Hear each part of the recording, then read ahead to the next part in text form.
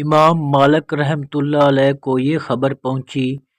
کہ بے شک حضرت عبداللہ بن مسعود رضی اللہ تعالیٰ عنہ فرمایا کرتے تھے کہ جس نے بھی کوئی قرض دیا تو وہ اس سے افضل چیز کو واپس لینے کی شرط نہ لگائے، خواہ وہ زائد چیز، اور شرط مٹھی بھر چارہ ہی ہو تو وہ سود ہی ہے۔ حضرت ابو ہریرہ رضی اللہ تعالیٰ عنہ سے روایت ہے کہ بے شک رسول اللہ صلی اللہ علیہ وآلہ وسلم نے فرمایا، مال کی خرید و فروخت کے لیے منڈیوں کی طرف آنے والے قافلوں کو منڈیوں میں پہنچنے سے پہلے ہی جا کر نہ ملو،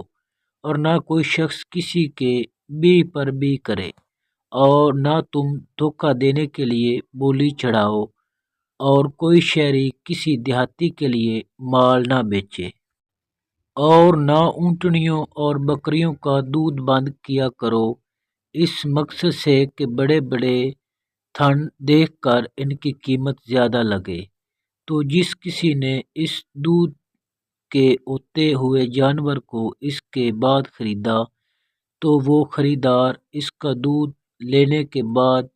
وہ اختیارات رکھتا ہے، وہ ان میں سے جسے بہتر سمجھے اسے اختیار کر لے، اگر اس جانور پر راضی ہو تو اسے روکے رکھے، اور اگر اس پر ناخوش ہو تو اسے ایک ساکھ کھجوروں سمیت واپس کر دے۔